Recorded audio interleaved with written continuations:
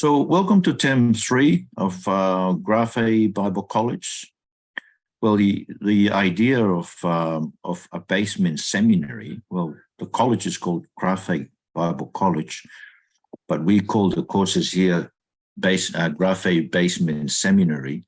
The idea of a basement seminary, I think I've told you last term, came from America 20 years ago when the churches decided to set up their own Bible seminary in their basement in church to teach to train their future leaders, because for two main reasons. The first reason was it's very expensive to send them off to the major seminaries in the state.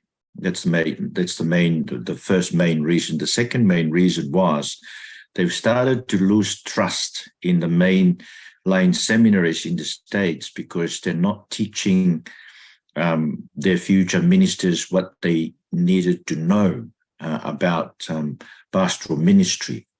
They're teaching all kinds of things, including some of the cultural values and some of the leftist cultural values that are unbiblical. And so most of these churches who are involved in this movement called the church basement seminaries, they run their own seminaries and they teach their own people for free, but they make sure that they're teaching them what they want them to know in terms of pastoral ministry for the future.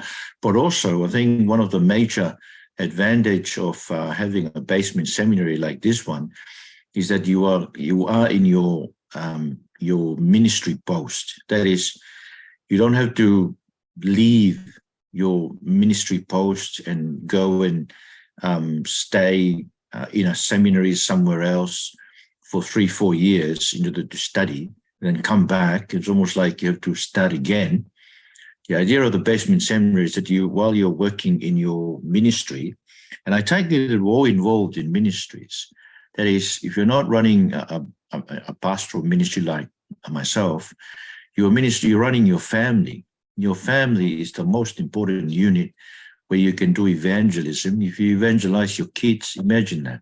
If your kids are, say, 5 to 10 years old now, and you evangelize them and they become Christian, you think about the next 70 to 80 years of their lives, how many people they will influence for the Lord Jesus Christ.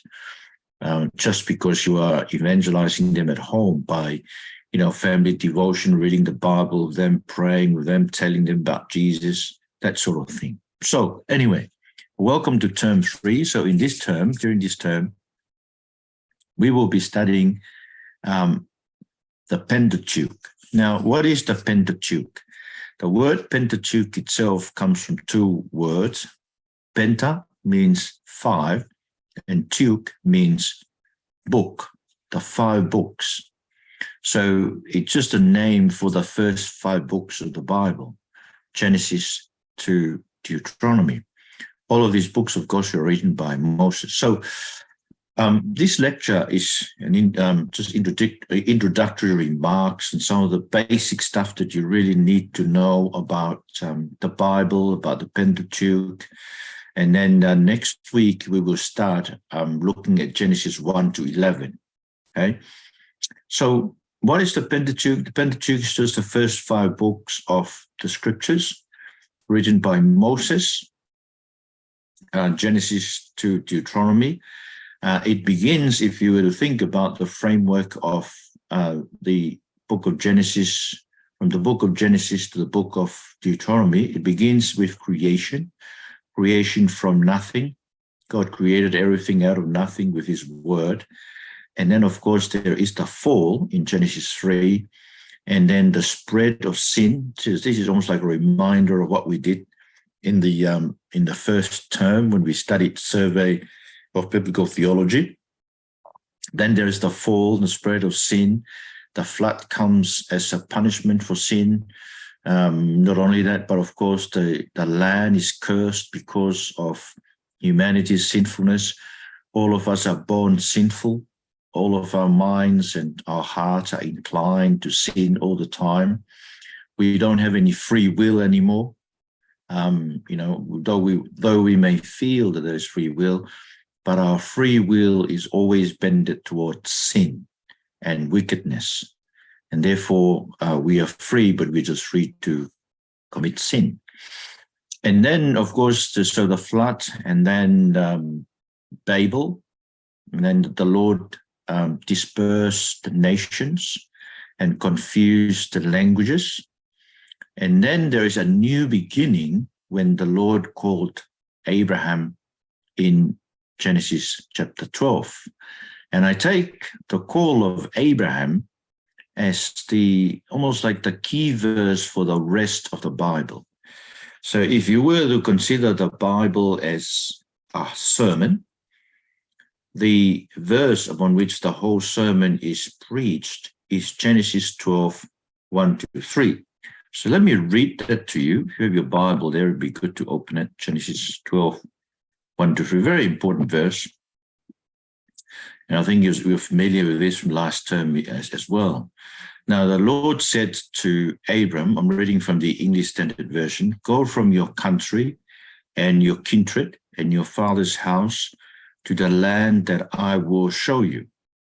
And I will make of you a great nation, and I will bless you and make your name great, so that you will be a blessing. I will bless those who bless you, and him who dishonors you I will curse, and in you all the families of the earth shall be blessed. So that's the new beginning with the call of Abraham, the promise to Abraham. Of course, there are three things. By the way, the call of Abraham is regarded in Galatians chapter 3, verse 8, as the proclamation of the gospel to Abram. So this is the gospel to Abram, the good news to Abram. Because if you think about the background of the curse in Eden, the flood, and then the confusion of language in Babel, everything is cursed. And then against that background of cursing comes this promise of blessing through one man, Abram. So every families of the earth, every individual, every group will be blessed through Abraham. And so we given here a means whereby we can be blessed in this world. And then so after Abraham comes Isaac, and through Isaac comes Jacob, and through Jacob comes the 12 tribes of Israel. So the 12 tribes of Israel became the nation of Israel. And of course, Joseph. So after Jacob, Joseph is the main patriarch. Now, the word patriarch means the father who is the origin. So the two words, patri and arche, two Greek words, patri and arche. Patri is father, arche is beginning. So it's a beginning father of origin. Okay, so Joseph becomes the patriarch, and through him, the Lord saved Israel from the famine, the great famine that came on the whole world. And eventually, as a result of them being saved, they had Jacob and the 12 tribes have to move to Egypt. So they all moved to Egypt, and they stayed there, and the 12 patriarchs of Israel, they all died in Israel, and even Jacob. And then Israel grew, they multiplied, became a great nation, fulfilling, of course, the promise to Abraham.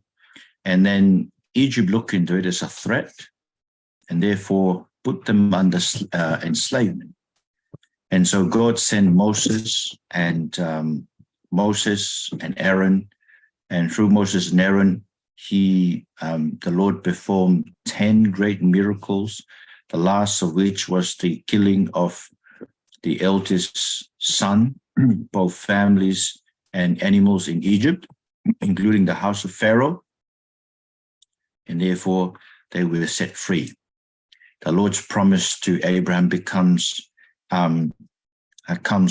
towards its fulfillment, as the Lord was taking them to the promised land. So he took them across the Red Sea, saved them through the Red Sea, and then brought them to the wilderness. And because they were disobedient in the wilderness, they had to stay there for 40 years.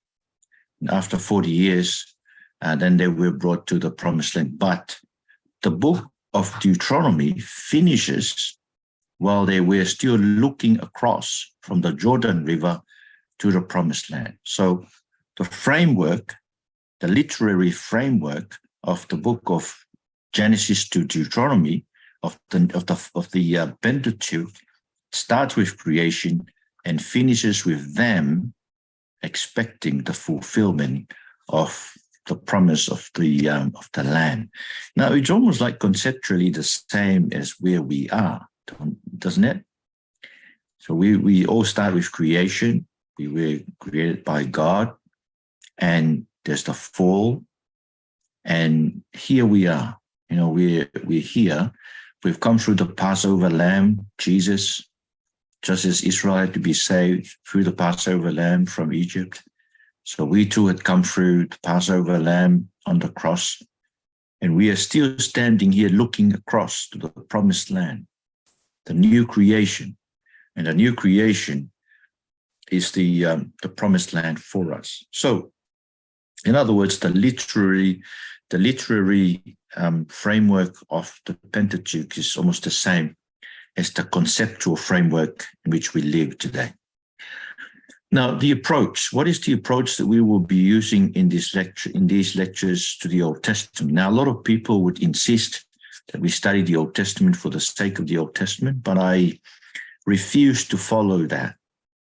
And I refuse to follow that because of what Jesus is teaching us in the New Testament about the Old Testament. Now, when you read through the New Testament, you don't find the word Old Testament in there. Well, of course, if you find the word Old Covenant, the same, but the word Old Covenant points back to the law given on Mount Sinai. Okay? What do you find in the New Testament is that they're all talking about the scriptures. So when Jesus quotes the scripture, it is written, he's quoting this against Satan. He's quoting from the Old Testament. And when Paul, in 2 Timothy 3:16-17, is saying that all scriptures are God-breathed, what he's talking about, all scriptures there is the scriptures of the Old Testament. So the scriptures that the New Testament, Jesus and his apostles knew were the scriptures of the Old Testament. Now, and Jesus and the apostles, especially Jesus, he taught them how to read the Old Testament to find its real meaning. And so there are 4 passages that I want to bring to your attention. If you have your Bible there, it would be good to open it. Come with me to Matthew 5:17. Matthew 5:17. And this is Jesus. This is part of the Sermon on the Mount. Jesus saying to his disciples, "Do not think that I have come to abolish the law or the prophets. I have not come to abolish them, but to fulfill them." So Jesus did not come to abolish, that is to do away with the law and the prophets. Now, the law and the prophets is like a shorthand way of referring to the whole of the Old Testament. So the law was the first 5 books, the prophets was the next big section of the Hebrew Bible, beginning with Joshua all the way to 2 Kings, and then so that's the former prophets, and then you have the latter prophet, which is Isaiah to Malachi, and then the last part of the Hebrew Old Testament or the Hebrew Scripture is called the writings. So the law and the prophets is a shorthand way of referring. I didn't come to abolish the whole of Scripture. I've not come to abolish them, but to fulfill them. So Jesus comes to fulfill. So in other words, if you read the Old Testament, you're meant to look to Jesus as the fulfillment of all the promises, all the events in there. They're real events. They're real promises, okay? But they're all events that happen to point us to Jesus, where we will find its fulfillment. And then, of course, if we come from Matthew chapter 5 to Luke chapter 24, Luke chapter 24, verses 44 to 47. Luke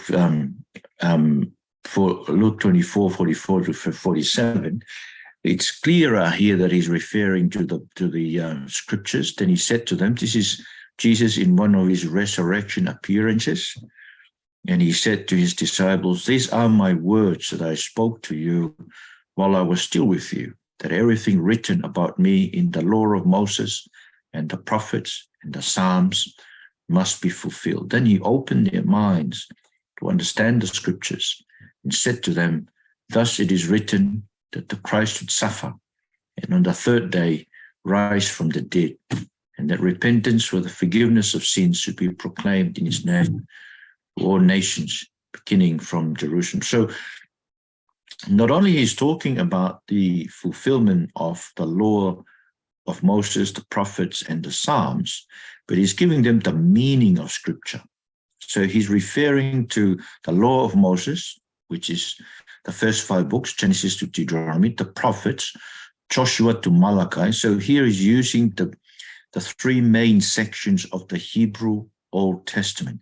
Now, the Old Testament that we have in English and in Tongan follows the Septuagint. The Septuagint, or the LXX, every time you read and you see LXX, that's another reference to the Septuagint. The Septuagint is the Greek translation of the Hebrew Old Testament. So the order of the books that we have in our Tongan Bible and in the English Bible, they follow that. They follow the Greek translation of the Old Testament. But the Hebrew Old Testament still have, even up to today, these 3 main sections. The law of Moses, that it begins with Genesis to Deuteronomy, then the prophets, Joshua to Malachi, that is the former prophets and the latter prophets. So the latter prophets are the writing prophets like Isaiah to Malachi, the former prophets from Joshua all the way to 2 Kings. They did not write anything, but things were written about them. And then the last section is called the Psalms. Now, the Psalm is the longest book of the last section of the Hebrew Old Testament, which is called the writings. The writings.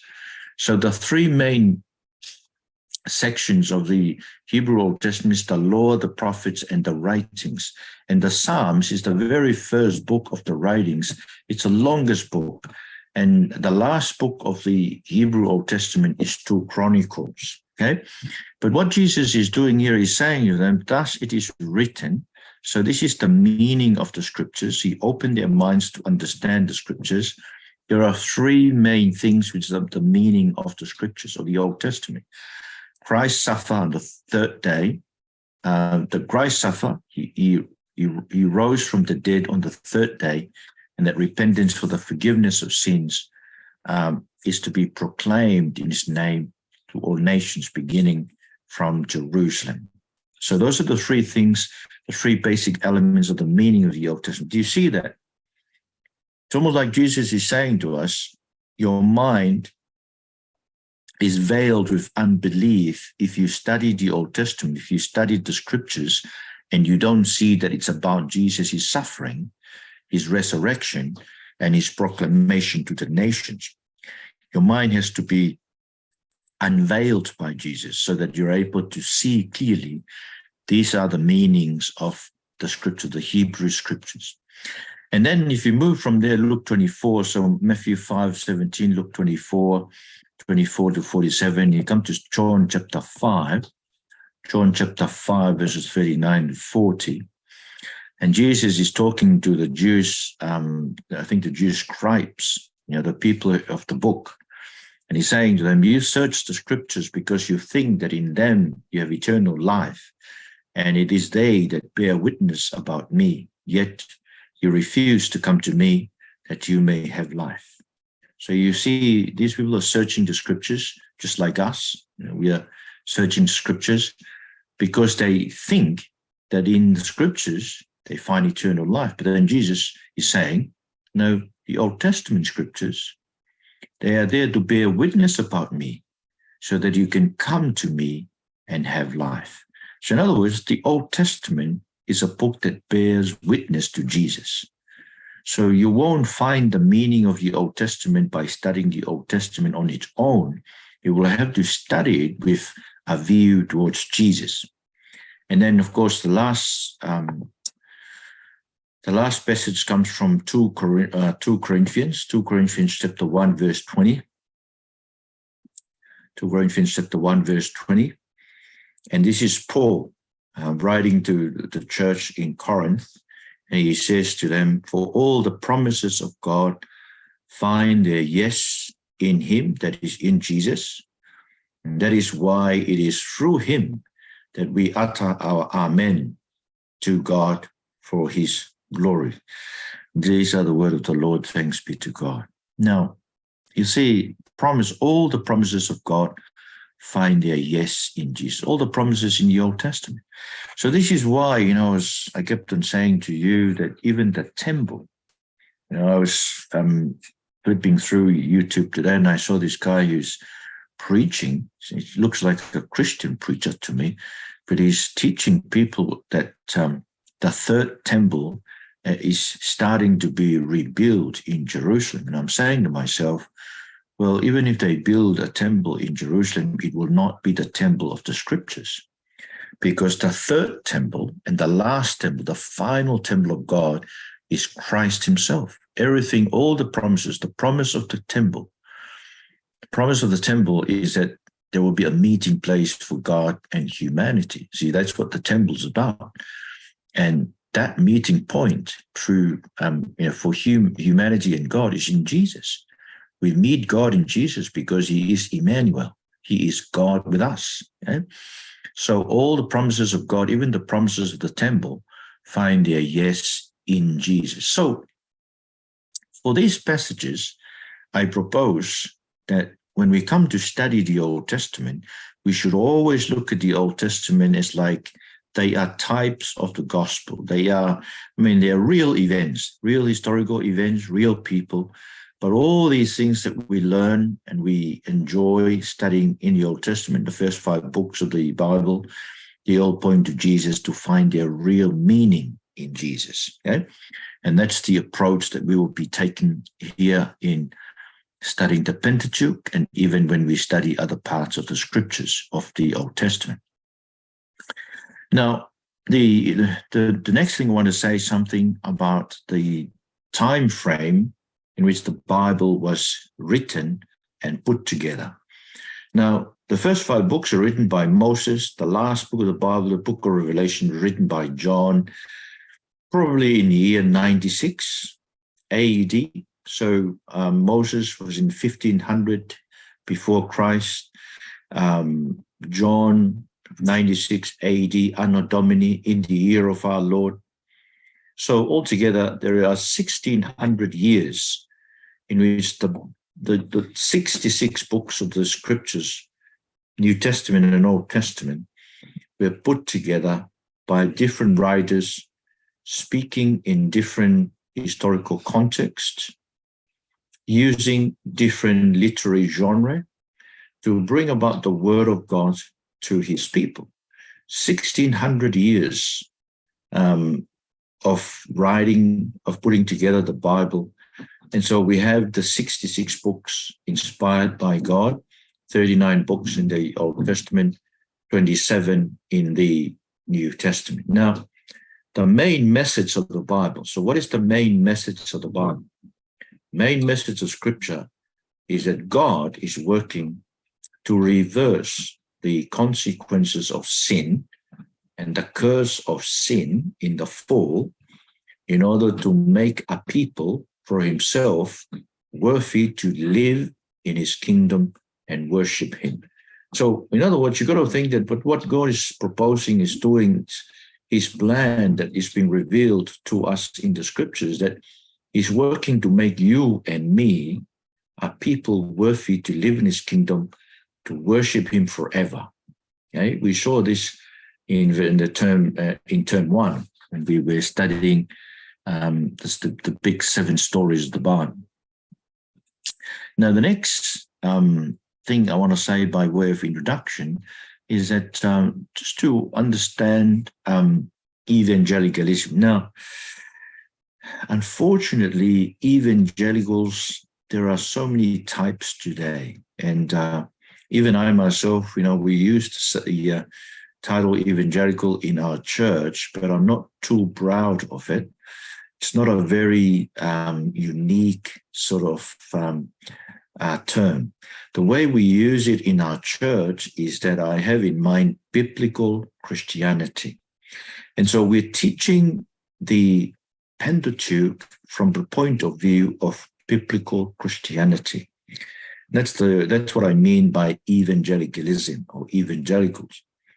So what do I mean by biblical Christianity? Well, it's a kind of Christianity that we have only the scripture as its sole source of what to believe and how to live. So in other words, you know what the reformers were saying, sola scriptura?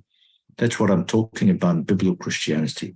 The scripture alone is our source of what we learn in order to live, in order to know and to live. So if you were to ask me, so what do you know about God? Well, we only know what the scriptures are revealing to us. And how should we live in according to God's will? Well, we only live in accordance with the scripture, because the scripture is the will of God. Okay, so we're teaching this course from the point of view of biblical Christianity, and so I just want to be clear. And now some people would say to us, look, it means that you're coming to the Old Testament as Christians.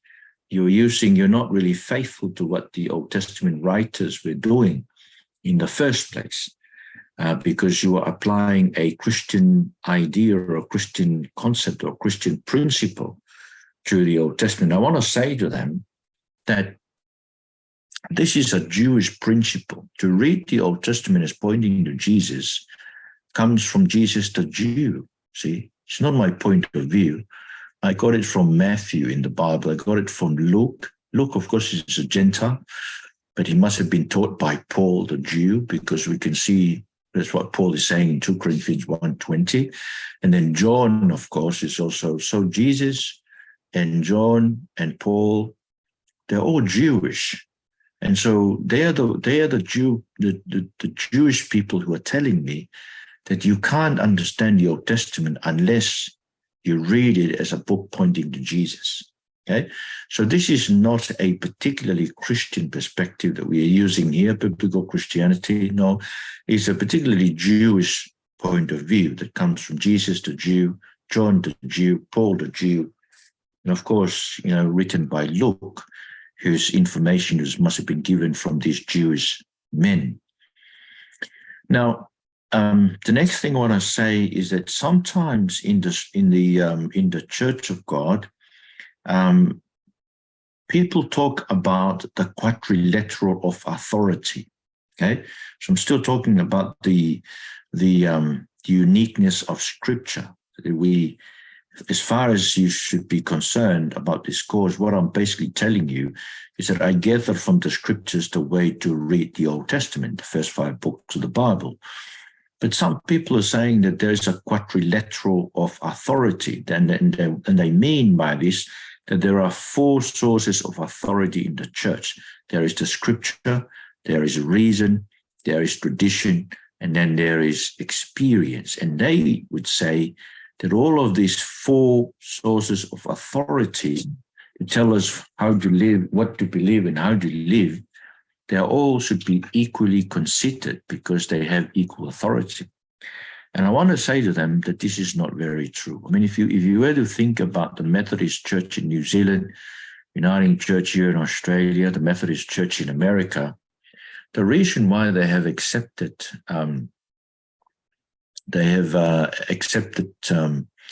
homosexuality is because of they have decided to uphold the authority of experience over against scripture and reason and tradition.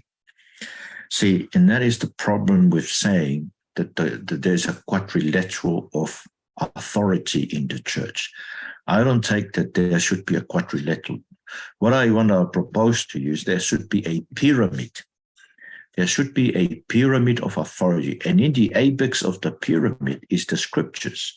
And then the base of the pyramid is where you'll find reason, experience, and tradition. That is, the scripture itself is the source that that will teach us how to reason.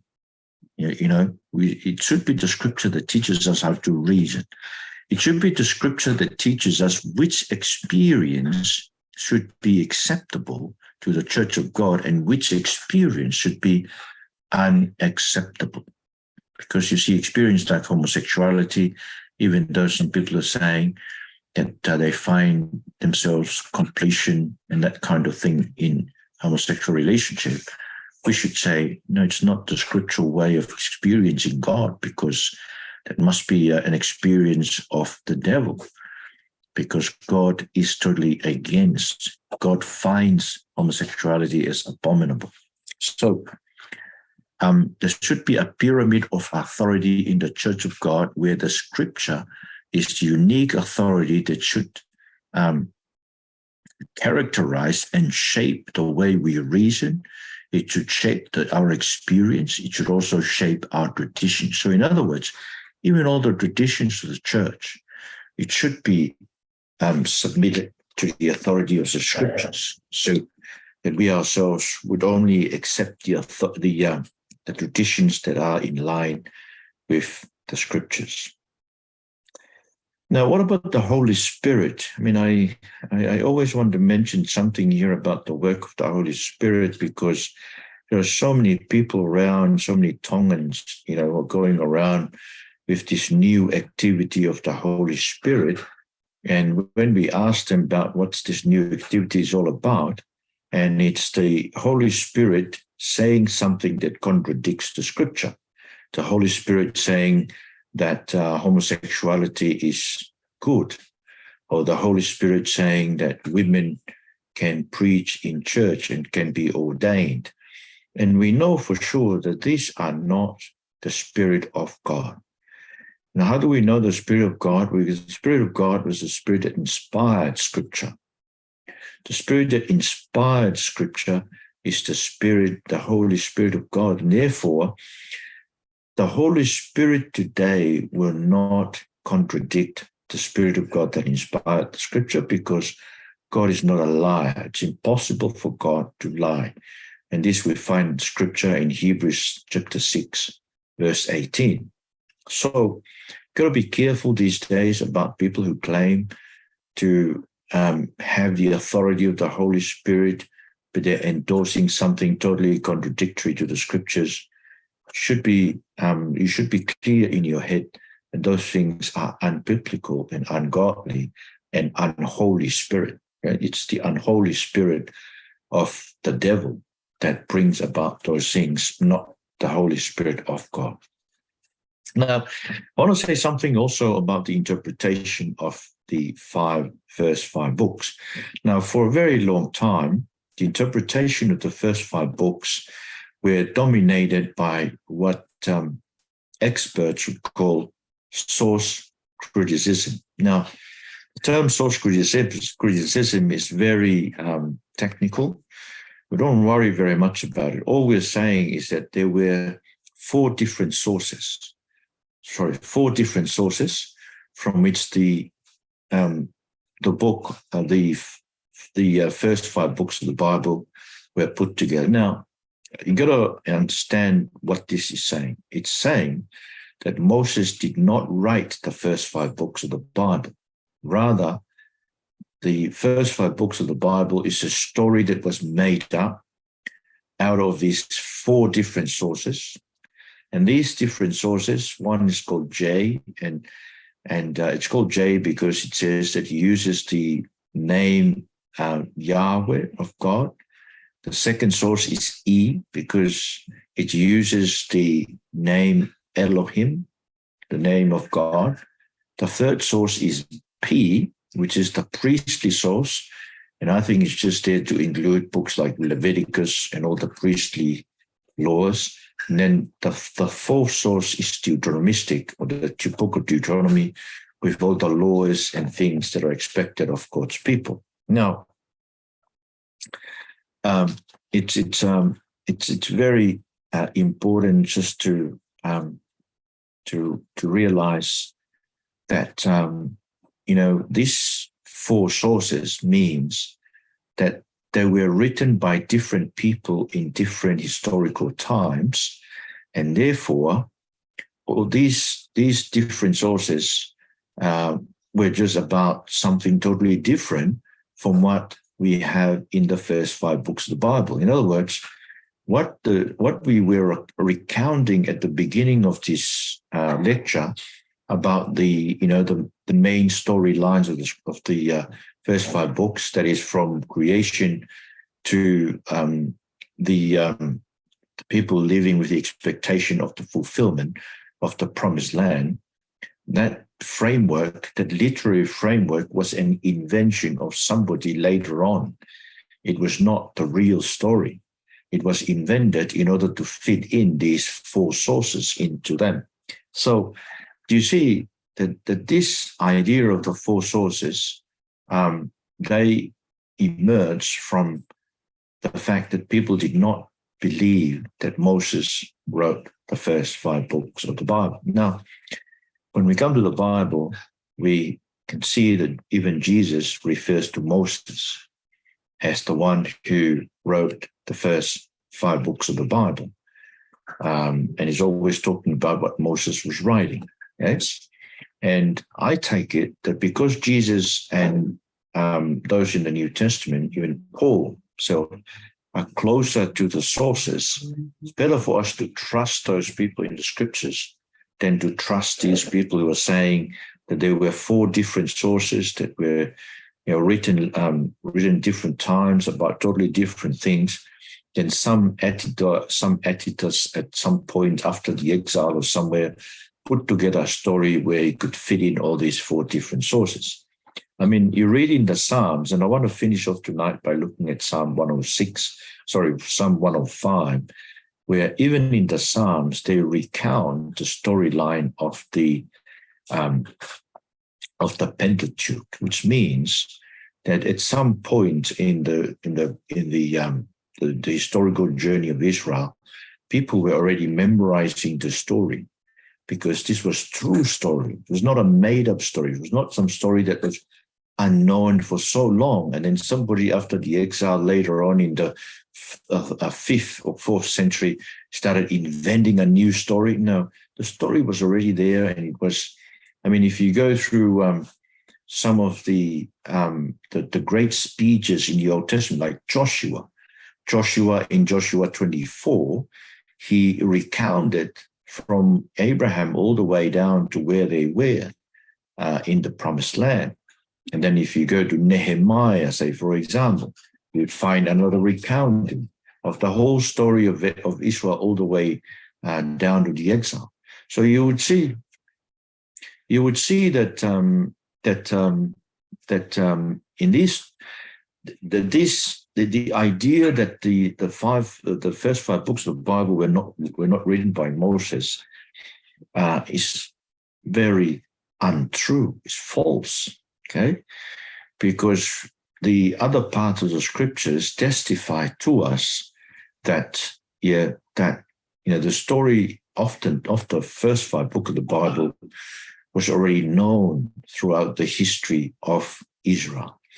So the approach that we are putting through in our study is called a narrative approach. That is, we're taking the whole narrative of the first 5 books as history, but it's the history from God's perspective. Let me say that again. We're taking it as history, but history from God's perspective. Because you see, throughout the story, it's always God intervening, bringing Moses, and through the burning bush, through the miracles in Egypt, through the miracles in the wilderness. So it's not as if Israel is alone in all the events that are happening throughout their history. It's the history of them from God's perspective.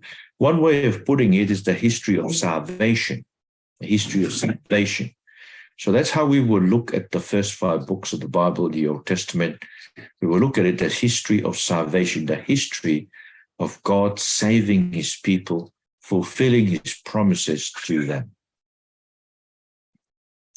Now, The next thing I want to say in terms by way of introduction is original sin. Now, I've grown in a situation where ministers and most religious people would say that original sin was sex. And that is, they always refer to the original sin as Adam and Eve eating the apple or eating the fig tree or eating the fig fruit. But you come to read in the first few chapters of Genesis, there was no apple tree. There was an apple tree, but it's not mentioned. There is no. It wasn't a fig tree that they ate from. There was a real tree called the tree of the knowledge of good and evil. Okay, and there was a real fruit, the fruit of the tree of the knowledge of good and evil. Okay, so the original sin is not sex; it is the disobedience of Adam and Eve to the word of God. Now, this is the essence of sin. What is sin? Sin is humanity's disobedience to the word of God. See, we are disobedient people. And, because we're disobedient people to the word of God, that's why we're sinful. And this is in our nature. Now, when we talk about sexual intimacy, if you go back to go back to your Bible. I think it'd be good to go back now to your Bible just to wake you up. So if you go to Genesis 1 and then verse 28, you would see that God is assuming that he has taught them sexual intimacy in order to be able to reproduce humanity. Okay. So this is what God is saying to them in verse 28, chapter 1, verse 20. He's created them in his image, male and female, and I presume that he created them married. He created them married in order then to bless them like this. In verse 28, he said, God blessed them. God said to them, be fruitful and multiply and fill the earth and subdue it and have dominion over the fish of the sea, over the birds of the heavens, and over every living thing that moves on the earth. Now, you see, be fruitful and multiply and fill the earth and subdue it. Now, how else can they be fruitful and multiply? So in other words, this is God's blessing of sexual intimacy upon Adam and Eve. Not only that, but if you go down to chapter 2, towards the end of chapter 2, you'd see that there's also the assumption that they're already enjoying each other in sexual intimacy in Eden. Okay. Verse 24 and 25, where it says, therefore a man shall leave his father and mother and hold fast to his wife, and they shall become one flesh. And the man and his wife were both naked and were not ashamed. Now, see, they became one flesh. How could they become one flesh? It's through sexual intimacy. Man leave his father and mother and hold fast to his wife, and they become one flesh. So, in other words, you've got to make sure that that you are clear about the original sin, that sexual intimacy was something that God has taught humanity, Adam and Eve in Eden. They were enjoying it in order to multiply and be fruitful. But original sin then is disobedience to the word of God, which is the essence of sin. The next thing I want to say something about here is the image of God in humanity. Now, you remember that we are created in the image of God. So what is the image of God in humanity? Well, I take it that the image of God in humanity in us is that we rule over everything. So that's what God is giving them as a blessing there. In chapter 1, verse 18, you fill the earth and subdue it and have dominion over the fish of the sea and over the birds of the heavens, over every living thing that moves on the earth. So when you think about the image of God in us, it's the ability to rule. And so this is why we men are given to be the head of our families. We're not rulers like, we prevail over our little family and run them like a dictator. No, we run them like Jesus, washing the feet of his disciples in the last night here on earth. That is, we rule over our family as servants. And so this should be clear about everything we do. We are servant rulers. We rule under God. But you see, in order to just to be clear about this, we come from here to Psalm 8. I think we saw Psalm 8 last term, but we didn't really look into it. It's the same thing we find in Psalm 8 about the image of God in humanity. It's about ruling over his creation. So verse 5 of Psalm 8 says, "Yet you have made him," so he's talking about Adam, "you made him a little lower than the heavenly beings and crowned him with glory and honor. You have given him dominion over the works of your hands and have put all things under his feet, all sheep and oxen, and also the beasts of the field, the birds of the heavens, the fish of the sea, whatever passes along the paths of the seas." So there you are. You'd see that again, the expectation for the human being that was created in the beginning is to have dominion over the works of God. But of course, we don't have that in us. We've lost that image because of the fall. But then when we come to Hebrews chapter 2, you come with me to Hebrews chapter 2, Psalm 8 is quoted in there in verse 5. Verse 6, it's been testified somewhere, "What is man that you are mindful of him, or the son of man that you care for him? You made him for a little while lower than the angels. You have crowned him with glory and honor, putting everything in subjection under his feet." So what does this mean? This is a quotation from Psalm 8.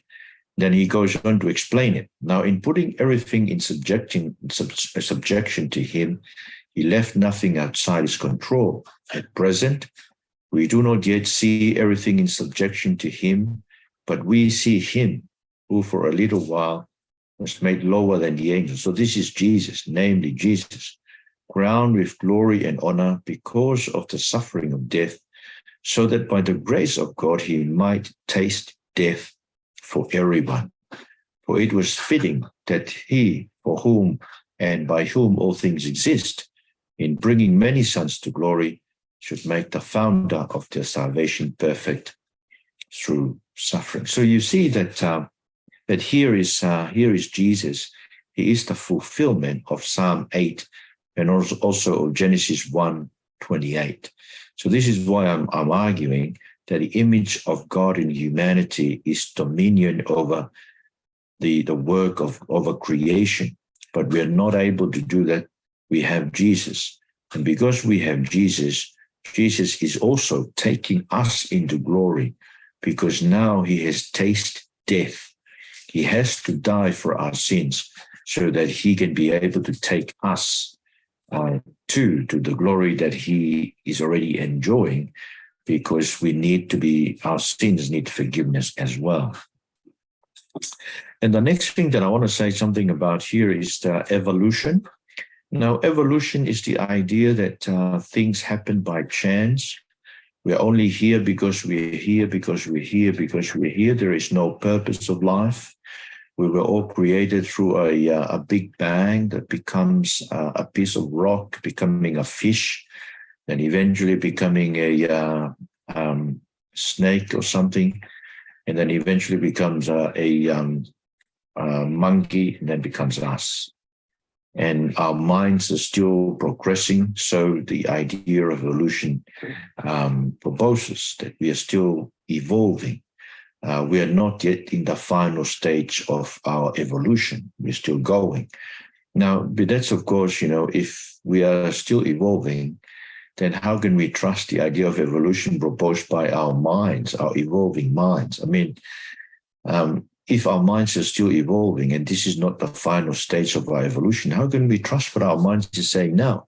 It may evolve to something else if this theory is true, which is not true, of course. You may evolve something else and come up with something totally different, totally contradictory to what they're saying right now about the origin of humanity. But you see, the idea of evolution, right behind the idea of evolution, is the denial that God created everything that is there. Once you rule out God, then there's no gender, then there is no marriage. The marriage between one man and one woman becomes something that could be applied to all kinds of ways, even to animals. See, it's the godlessness of evolution that we see around us now in the contemporary culture.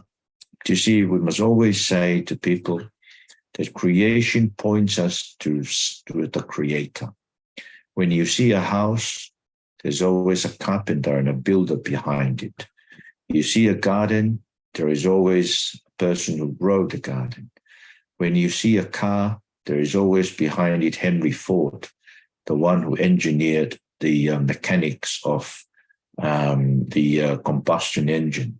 So everything on earth presumes to us and proposes to us that there is Creator behind it, and therefore even creation itself points to a Creator. Even if there are people out there in some planets out there somewhere where they won't be able to know about Jesus, creation is telling them about God. So Paul says in Romans 1, let me take you to Romans 1, Romans 1:20. Romans 1:20. For that is talking about God, his invisible attributes, namely his eternal power and divine nature, have been clearly perceived ever since the creation of the world in the things that have been made, so they are without excuse. So in other words, the divine nature, the invisible attributes, the eternal power of God is clearly perceived through the creation. Therefore, no one can say, oh, excuse me, God, I didn't see you, I didn't know you. Well, creation is the testimony to everyone. And there is a God, there is a Creator behind all this. And so creation itself points to God. So remember, the last thing I want to say for us tonight is that, the Bible is not a book about physics or quantum mechanics or any of those, right? You think about a cookbook, book of recipes, and you think about a phone book. If you were to look for a phone number in a recipe book, it would be hopeless. If you were to look for a recipe in a phone book, it would be hopeless. Okay, the same as the Bible. Bible, as Paul says, the authority of the Bible is to make us wise. This is so. Let me just finish off tonight by taking you to 2 Timothy chapter 3, verses 14 to 15. It's Paul talking to his young associate Timothy, and he's saying, just for you, continue in what you have learned and firmly believed, knowing from whom you learned it, and how from childhood you've been acquainted with the sacred writings, which are able to make you wise for salvation through faith in Christ Jesus. So in other words, the sacred writings, the scriptures, the function of the scriptures are to make you wise, not in physics, not in quantum mechanics, not in algebra, but to make you wise for salvation through faith in Jesus Christ. Father, we just want to thank you so much for these introductory remarks on the Bible as well as the Pentateuch. We pray, Lord Jesus, as we learn more and more about you from your word, that we will be people who will be responsibly putting it into practice in our own daily lives, so that we won't end up being people who are excited in our minds, but are excited in our hearts, because we learn these truths to live by, so that we may remain in you and your word remains in us. In Jesus' name, amen. Okay.